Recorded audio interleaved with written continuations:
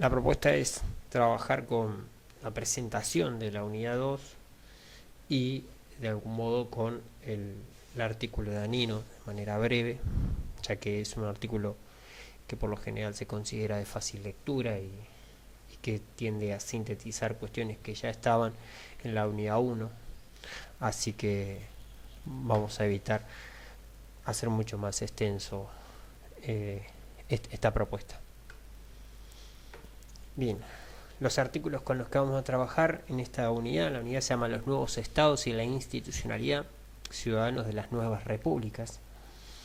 El artículo de Conde Calderón sobre la ciudadanía y representación política y elecciones en el Caribe colombiano entre el 20 y el 36. El artículo de Alves sobre el ejército y la educación en el Brasil del siglo XIX. El artículo de Penagos, liberales y conservadores en el siglo XIX, un viejo debate. El de Herbrat, de Veronique Gebrar, patricios o soldados, qué uniforme para el ciudadano. El hombre en armas en la construcción de la nación, Venezuela, primera mitad del siglo XIX. El artículo de Anino, con el que vamos a trabajar ahora, ciudadanía versus gobernabilidad republicana en México. Y el texto de Geraldo Silva, negros en armas en el mundo hispánico iberoatlántico, del barroco a la modernidad. Bien, cuando hablamos de ciudadanía, una de las cosas esenciales que hay que poder entender es la idea que supongo ya habrán trabajado en otras asignaturas, el concepto de ciudadanía, que está vinculado por lo general a la antigüedad clásica. Hablamos de la ciudadanía griega, de la ciudadanía romana. Esas dos ciudadanías están vinculadas a las ciudades. Esto parece una obviedad, pero no lo es en una América que tiene un alto grado de ruralidad. Por lo tanto, esta modificación es importante.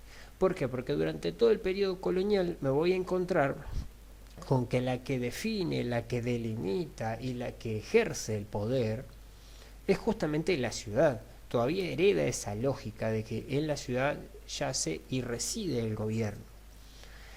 Que lo mismo es decir, nace y muere el gobierno, porque justamente los conflictos de los gobiernos o del poder van a tener que ver con la ciudad siempre.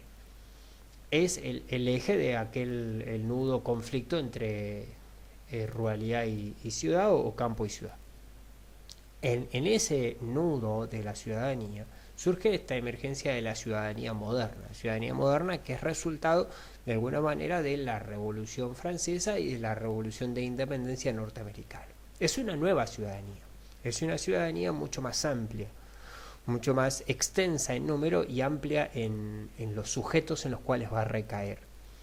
O sea, no es solamente como en el caso griego, por ejemplo, a los nacidos hijos de atenienses, la ciudadanía clásica de Pericles, ¿no? O sea, los nacidos hijos de atenienses, o sea, hay que ser nacido en Atenas y haber sido hijos de atenienses, o sea, por lo menos una generación demostrada de atenienses para ser ciudadano ateniense.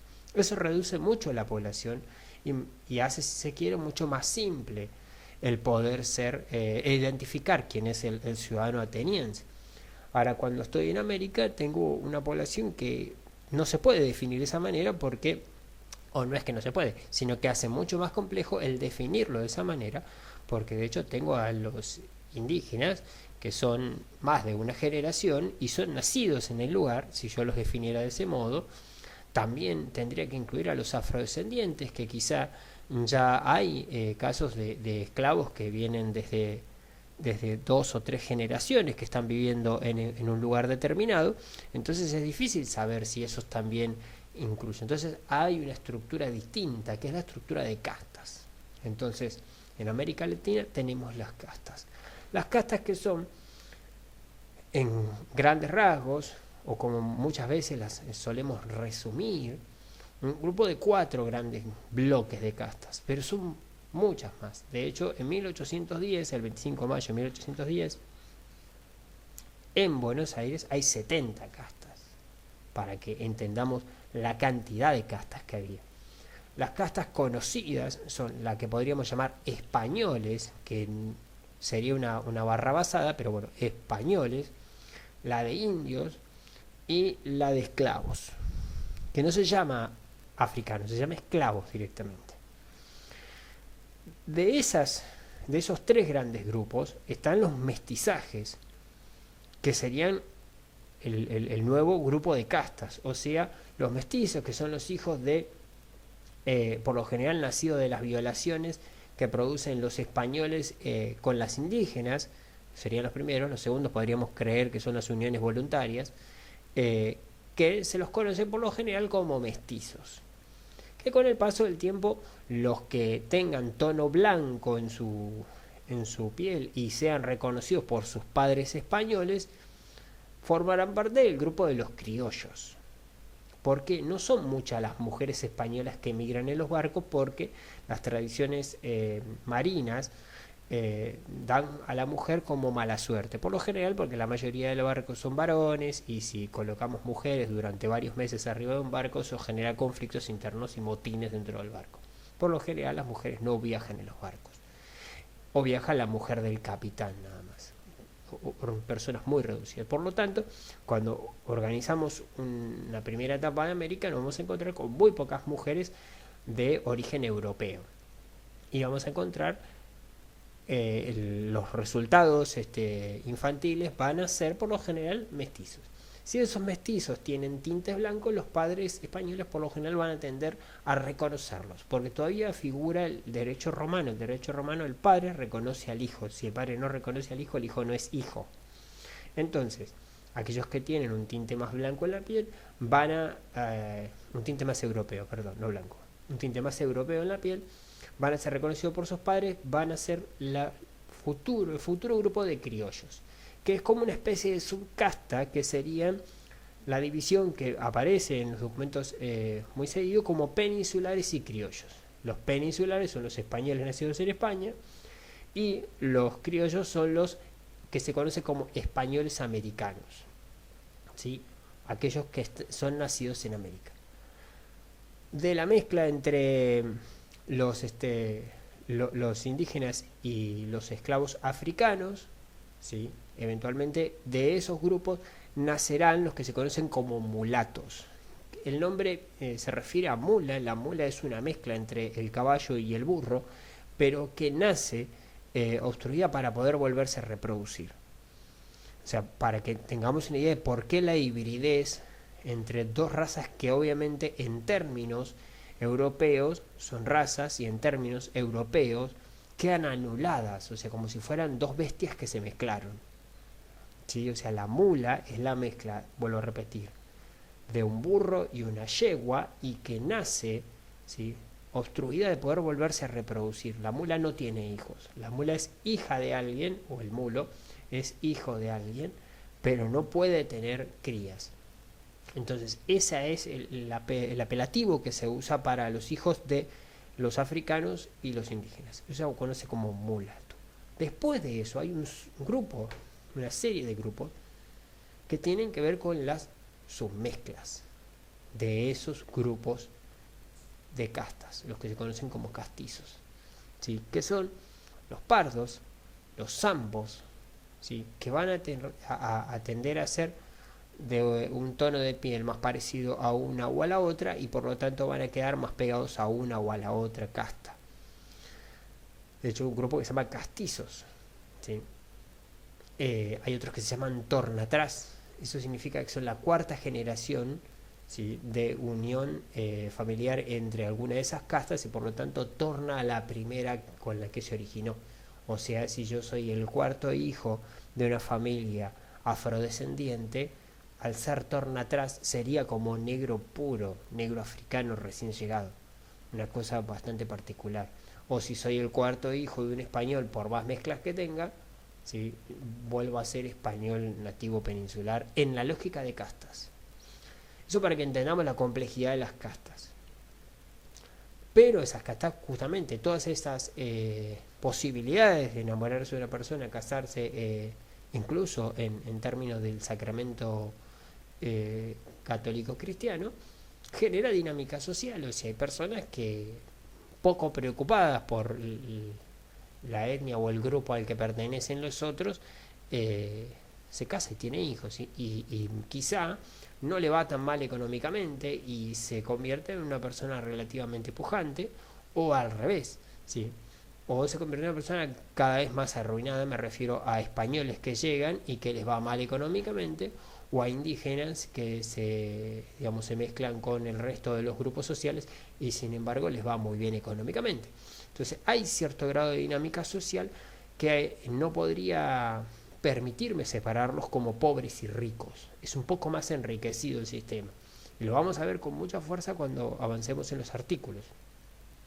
Entonces, cuando yo distribuyo la ciudadanía, no puedo distribuir la ciudadanía pensando en la composición social como algo homogéneo y simple, o sea, a ricos o a pobres, o a los de una raza o a los de la otra raza, porque el grado de mezcla, de mestizaje y dinámica social no permite hacer esos tabiques. Como se pudo hacer, por ejemplo, en el caso norteamericano, donde directamente a los esclavos no se les entregó la ciudadanía y al resto sí. O sea, fue mucho más simple en eso. O sea, se identificó mucho más porque la sociedad tenía menos grado de intercambio entre los grupos étnicos. La otra faceta de la discusión es la noción de ciudadano activo y ciudadano pasivo, que sería bastante cercano a este concepto de elegible y electores. Entonces yo podría decir, bueno, ¿quiénes son los que pueden ser elegidos y quiénes son los que pueden elegir? En eso ya tenemos obviamente el problema que traíamos hacia atrás, esto de la composición social y la dinámica social ya hace complejo quiénes van a ser los que van a votar.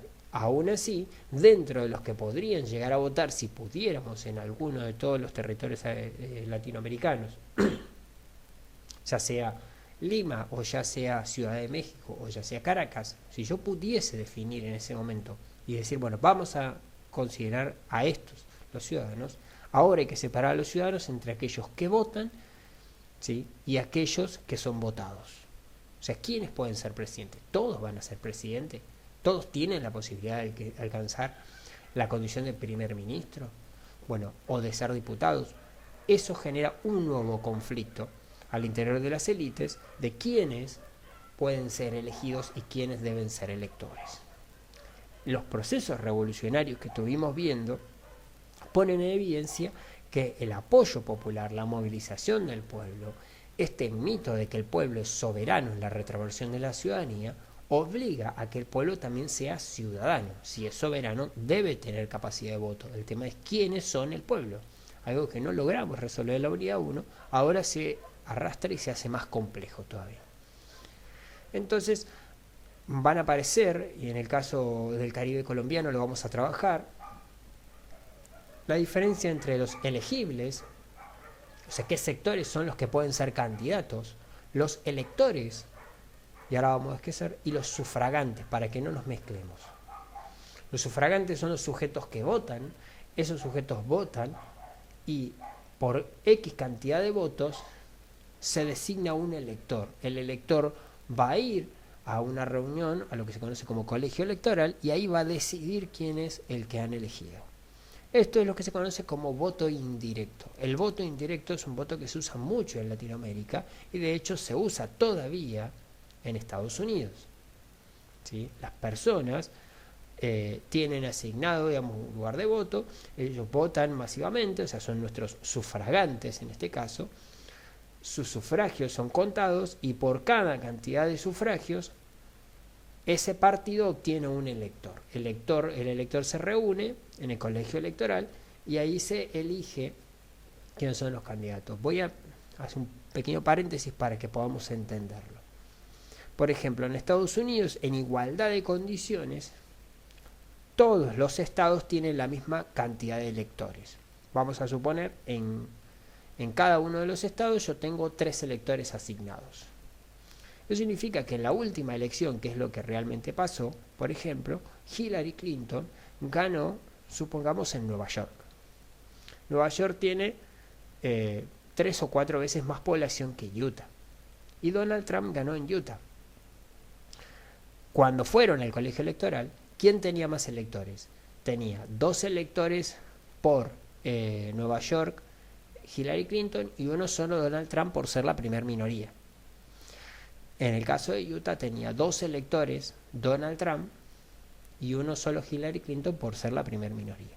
Eso significa que al haber ganado, doy dos estados, podría dar todos los estados, por haber ganado cada uno en uno de esos estados, cada uno obtiene 2 electores, ¿sí? Y el perdedor obtiene uno solo. En esa lógica los electores van al colegio electoral y van a definir el que obtenga más cantidad de electores es más fácil de ser un elegible. ¿Qué es lo particular? Por ejemplo, es que Hillary Clinton ganó en casi todos los estados que tienen más población. Nos referimos a lo que se conoce como las 13 colonias, o sea, las que están pegadas al Atlántico, las ciudades más grandes. Ganó, de hecho, en California, pero perdió en la mayoría de los estados que tienen poca población. Nos referimos a Nevada, a Utah, a Ohio, a Texas.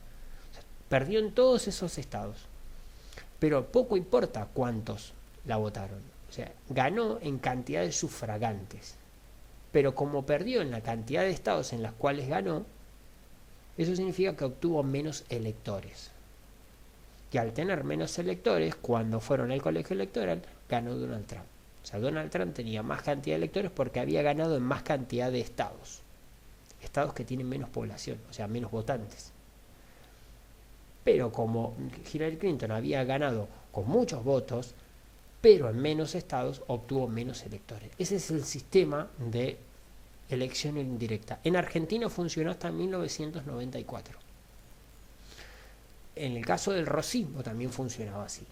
Las personas votaban a los diputados, en realidad de la sala de representantes. La sala de representantes se constituía, que se parece mucho a lo que vendría a ser nuestra legislatura, y una vez que la sala de representantes se constituía, elegía al gobernador, que durante el rosismo siempre fue el rosismo. Es similar a la estructura del primer ministro que suelen tener algunos países europeos. Las personas votan a una cantidad de candidatos a ministros y después ese grupo de ministros, ¿sí?, que se parece bastante a la Cámara de Diputados nuestra, en realidad son los senadores, a los senadores nuestros, esos senadores o ministros votan a uno de ellos, que por lo general representa a la mayoría de los votos que se obtuvieron. Entonces, de esa manera son electores y el voto es indirecto. O sea, por eso sería, por ejemplo, falso decir que las personas votaron a Hitler. Las personas votaron a 3 candidatos en realidad y el que menos votos tenía era Hitler. Pero los electores reunidos, ¿sí?, en el colegio electoral optaron por designar canciller a Hitler. Ese es el sistema indirecto, que es el que está en América discutiendo. Volvamos a América después de este largo paréntesis. ¿Cómo es la otra manera de limitar los sistemas de voto? Establecerlo por la renta, o sea, quienes tienen tanta cantidad de ingresos tienen derecho a votar. O sea, un voto censitario en términos de que voten solamente los más ricos. La otra opción es por domicilio, o sea, que voten solamente los que tienen casa o propiedad.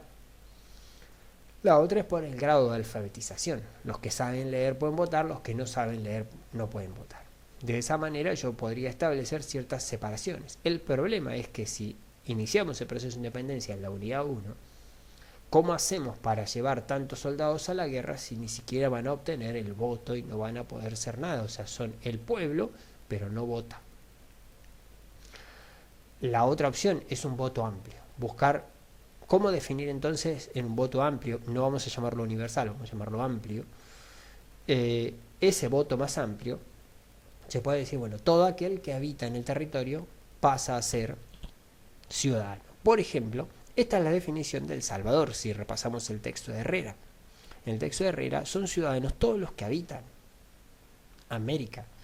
En la Constitución de Tucumán, de la República de Tucumán, ¿sí?, la década del 20, 1820 en Argentina, es habitante todo aquel que haya nacido en América y por tanto es ciudadano de Tucumán. O sea, un salvadoreño, un brasileño, era ciudadano de Tucumán si deseaba irse a vivir a Tucumán. Entonces, esa es una definición amplia. Todo aquel que habita en el territorio tiene derecho a votar. De alguna manera esta inclusión que se hizo hace unos años sobre la posibilidad de que los extranjeros pudieran votar si así lo deseaban. ¿Por qué? Porque eran habitantes, porque pagaban impuestos, y de esa manera, si producen y pagan impuestos en el país, tienen derecho a elegir un presidente. Eso es una lógica desde esto del voto amplio en términos del habitante. Lo que vamos a ver en el caso de Venezuela, cómo lo resuelve Bolívar: el que porta armas. ¿Por qué el que porta armas? Porque el que es capaz de defender a la patria tiene derecho a elegir quién lo va a gobernar. Es bastante interesante la lógica. O sea, si tengo la posibilidad o tengo la obligación de alguna manera de defender la bandera, la patria y toda la nación y todo este discurso en un proceso revolucionario, es muy simple decir, bueno, aquel que pudo portar armas, poco importa si es indígena, si fue esclavo o si nació en España o en Inglaterra, da exactamente lo mismo. ¿Por qué? Porque acaba de defender la patria y en esos términos tiene derecho a ser ciudadano. Esa es la forma de definición de voto amplio que tenemos también, que lo vamos a ver cuando trabajemos el texto de Verónica Gerbrat y el de Geraldo Silva. La otra opción es el que nació, que es la definición que tomábamos, o relativamente se parece a la definición que aparece en el caso de Grecia, de Atenas en particular. Grecia es por si algún se quiere enterar, una nota de color. Grecia es un concepto que inventan los romanos. Los griegos no se llaman griegos, se llaman helenos. Bien, los nacidos, que sería la lógica de Atenas. Entonces yo podría decir, todo aquel que nació en este territorio tiene derecho a ser ciudadano, ya sea indígena, ya sea afrodescendiente o ya sea español. Si nació, ahora si es hijo de español, el hijo del español tiene derecho a voto, el español no. En algunos casos, aquellos que optan por el nacimiento como forma de ciudadanía, se entrega, a veces por portar armas en defensa de esa patria, se les entrega a título honorífico la condición de ciudadanos. Por ejemplo, el caso que hace Buenos Aires, que le entrega la ciudadanía al almirante Bron y a Hipólito Bouchard. El almirante Bron, que era irlandés, y Hipólito Bouchard, que era francés. Algo que ya hemos trabajado un poco más arriba, la noción de voto directo, la noción de voto indirecto, o sea, cómo hacemos para elegir, si elegimos de manera directa, a simple mayoría de votos, o si esos votos van a un lugar y de ahí en adelante se designan electores. Luego de la estructura de la ciudadanía es, bueno, está bien, ¿y a quién eligen? ¿Esto es una república? ¿Es una democracia? ¿Es una monarquía constitucional? ¿O es un presidencialismo? Acá hay una serie de conflictos, vamos a tratar de resumirlos rápidamente. Una de las opciones muy fuertes, en la parte de Latinoamérica, es el formato de monarquía constitucional. Acá no hay que ser críticos, acá hay que ser coherentes con el proceso histórico. La mayoría de todas las colonias vienen de un dominio monárquico con un rey. Entonces, el formato social que conocen es la monarquía constitucional. Es lo que le pasa hoy al 99% de la población en Argentina si yo les ofreciese una dictadura de proletariado de tipo comunista. Se resistirían. Quieren una democracia de tipo liberal presidencialista. ¿Por qué? Porque es hasta acá lo que vieron siempre. Entonces, en los procesos revolucionarios estallados en 1810 en adelante, lo que vamos a ver es que un porcentaje importante de los revolucionarios reclama una monarquía constitucional. ¿Por qué una monarquía constitucional? Conocen la monarquía, lo que quieren es una reforma de ese modelo monárquico, estableciendo una constitución, poniéndole límites al futuro monarca. Esto tiene, por ejemplo, en el caso argentino, tiene reflejos en sujetos como Belgrano, el carlotismo de Álzaga, como opciones para que podamos entenderlo. En México también hay un intento de hacer esto, se funda un imperio.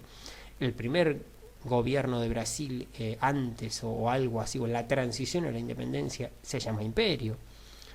Bien, entonces vayamos a una opción distinta, la lógica republicana. Sobre la lógica republicana existen dos apreciaciones. Por lo general, la que venció en la cuestión ideológica, no en la cuestión material, pero en la cuestión ideológica, todos asociamos república a división de poderes, que es un error.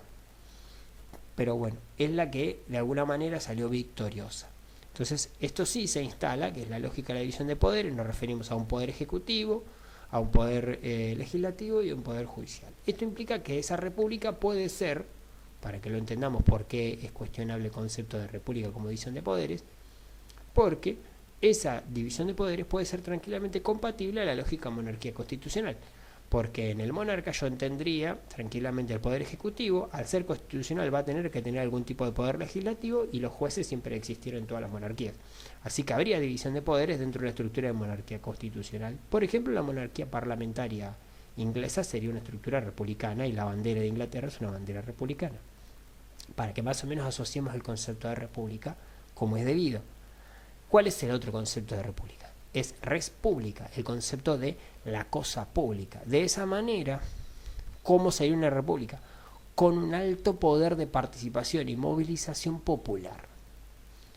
Y acá hay que hacer un paréntesis muy interesante, porque es el concepto de república que usa el peronismo. ¿Cómo se determina la cosa pública? Cuando las personas se movilizan. Y esto no es un invento del peronismo, esto ya está en Roma. O sea, los tarquinos generan una gran reforma dentro de la República Romana con la movilización de la plebe. Pero no es una cuestión que sea inmoral movilizar la plebe. La plebe pertenece a la República, vota, y entonces cuando la plebe tiene alguna inquietud y necesita que alguno de los poderes del Estado tome cartas en el asunto, lo que se genera es un plebiscito, por eso se llama plebiscito. Una votación donde la plebe por mayoría tiene la opción de votar de una manera o de la otra. Entonces la república no tiene que ver con la división de poderes. Ese es el modelo moderno burgués de división de poderes. La república original es la cosa pública, y en la cosa pública participan todos los ciudadanos. Ahí ese concepto de república se parece mucho más al concepto de democracia. Y en esos términos es que, por ejemplo, la traducción de lo que trata de escribir Aristóteles, que es la República, Platón, eso que escribe, que se llama la República, no es básicamente una posibilidad de que le haya puesto ese título al libro. ¿Por qué? Porque República es una palabra en latín y Platón es griego. Entonces, ¿por qué? Porque la traducción de eso que se explicita dentro de ese libro es cómo se maneja la cosa pública. Por eso se llama la República y no la política, como se llama el libro de Aristóteles, y de ahí el Furcio. Entonces, el concepto de república es el participar en la cosa pública, que es la lógica de la democracia. En esos términos, república y democracia son casi sinónimos. Es la democracia, que no es el gobierno de los más solamente, sino es la participación de los más en el gobierno. O sea, la participación en la cosa pública, en las cosas que hacen a todos. Acá aparece un último concepto, que es el presidencialismo, que tiene una particularidad muy fuerte, que lo resume muy bien Bolívar. Bolívar dice: necesitamos reyes, ¿sí?, que gobiernen como presidentes, o necesitamos en realidad presidentes que gobiernen como reyes. Por eso el presidencialismo en América Latina tiene esa estructura.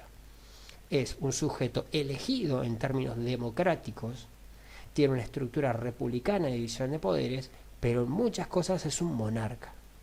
¿Por qué es un monarca la estructura presidencial argentina? Por ejemplo, porque el presidente argentino tiene dos poderes por encima de los otros dos poderes. Nos referimos a indultar, como indultó Menem a los militares, o a legislar por firmar decretos. Bueno, los presidentes últimamente firman decretos siempre, así que al firmar un decreto yo estoy legislando. De esa manera el presidente tiene la capacidad de hacer ambas cosas, de legislar y de juzgar por encima de los otros dos poderes. En esos términos es casi un monarca constitucional. Bien, vayamos ahora de lleno a la propuesta de Anino. Primer concepto que es importantísimo para nosotros, que es el concepto de gobernabilidad. ¿Cómo yo logro la gobernabilidad? ¿Cómo en un proceso revolucionario logro que el pueblo, que la masa, que la mayoría me obedezca? Bien, para eso primero Anino dice: debemos definir qué es gobernabilidad. O sea, ¿qué hablo cuando hablo de gobernabilidad? Básicamente es la capacidad de hacerse obedecer sin utilizar la violencia. ¿Cómo logro yo que mis subordinados hagan lo que yo necesito sin recurrir o recurriendo a la mínima demostración de violencia física. O hay otras formas de violencia, pero no desde violencia física. Una de las cuestiones o una de las llaves para eso es el concepto de legitimidad, que es el uso aceptado del poder, para hacerlo más o menos rápido y no complejizarnos en qué es legitimidad. Pero la categoría que está usando Anino es en términos de esto. Entonces, yo necesito, para lograr legitimidad, es que mi poder sea aceptado. Para lograr si logro que mi poder sea aceptado, lo que voy a lograr obviamente es legitimidad, y la legitimidad me va a permitir gobernabilidad. ¿Por qué? Porque van a creer que es correcto que yo esté ahí. Y acá va una de las cuestiones que estaba en el trasfondo de la propuesta anterior, que es el conflicto que se da en este pasaje del proceso revolucionario entre lo que el derecho positivo universalista dice, pero en sociedades de derecho hispano jurisprudencial y plural. ¿Qué quiere decir esto? El derecho hispano es jurisprudencial o jurisprudencial y plural. Significa que no tiene normas establecidas de manera general y teóricas, sino que en el derecho hispano las cosas se resuelven, se juzgan en base al caso. Por ejemplo, por eso es jurisprudencial, es decir, la ley es por prudencia, por cautela, no preestablece, sino que resuelve sobre el caso. Por lo tanto, hay casi tantas normas como casos hubo, porque para cada caso hay una norma. ¿Por qué? Por ejemplo, para que lo entendamos repasando con lo que vimos, porque hay diferentes castas. Entonces yo no puedo juzgar a las castas de modo igual, son distintas. Por ejemplo, es mal visto que y condenado por la religión que un español tenga o se quiera casar con su prima. Es totalmente incorrecto. A los incas, a algunos incas, se les es permitido. ¿Por qué? Porque en su religión está bien o porque en sus tradiciones era relativamente correcto. Relativamente correcto. Y en el caso de los africanos es totalmente lógico. Entonces, no es para nada penable en el caso de los afrodescendientes, es relativamente penable en el caso de los indígenas y es totalmente penable en el caso de los españoles. Por lo tanto, hay una jurisprudencia distinta y por eso mismo es plural. Es un derecho que tiene a cada sector o a cada parte un trato distintivo. Porque no es lo mismo que ese mismo pecado guión crimen lo cometa un español del campo y lo cometa un español noble. Porque es diferente si se tiene que casar con su prima para no perder la corona. Entonces, otra vez, yo vuelvo a construir dentro de ese derecho hispano una excepción, o sea, una jurisprudencia para resolver un caso legal. Entonces, el derecho hispano, jurisprudencial y plural tiene todas estas características. En un solo ejemplo hay muchas más, que hace mucho más complejo el derecho y mucho más rico, porque resuelve a cada uno por sus características y por sus necesidades. En cambio, el derecho positivo universalista dice que todos son iguales y que a todos se los resuelve por igual.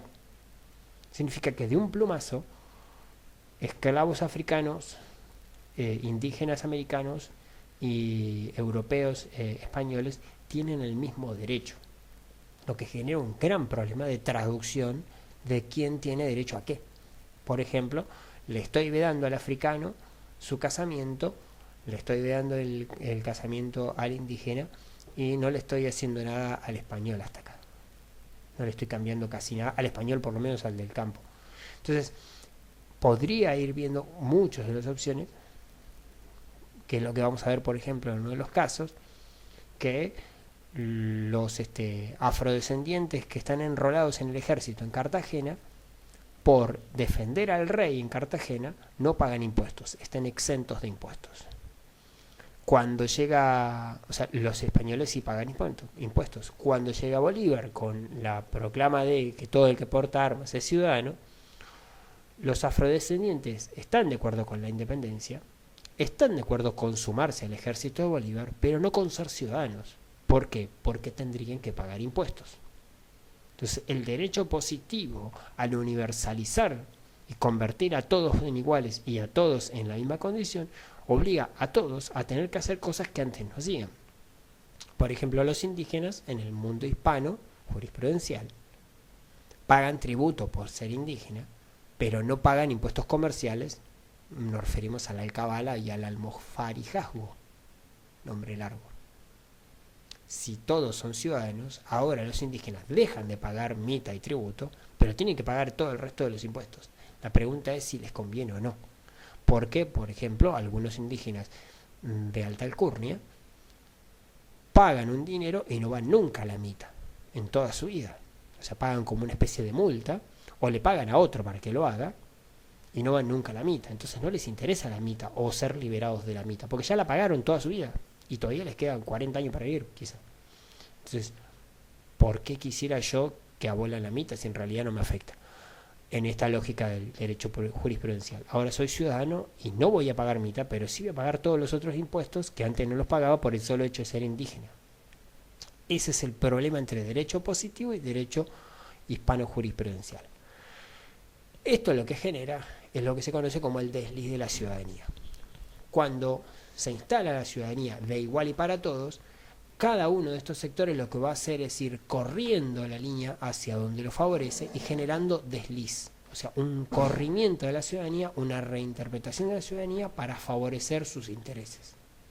De esa manera lo que yo logro es debilitar el poder del Estado en cuanto a lograr disciplinar la sociedad. Entonces la sociedad va haciendo más o menos lo que le conviene, corriendo constantemente esos derechos que tiene a su favor. Esto es lo que Aninon llama el liberalismo popular. Es una interpretación de lo que el liberalismo positivista y burgués trae a América con los procesos revolucionarios, pero que los sectores populares americanos van a hacer una reinterpretación a favor de sus intereses. Lo que hacen es tomar entonces el derecho positivo, interpretarlo desde la lógica de ese derecho hispano jurisprudencial que tenían hábito usar. Entonces el problema que se genera en la gobernabilidad no es una cuestión de que los estados no pueden, sino la fuerza que cobra esa ciudadanía americana con esta capacidad de reinterpretar y hacer por sus propios medios.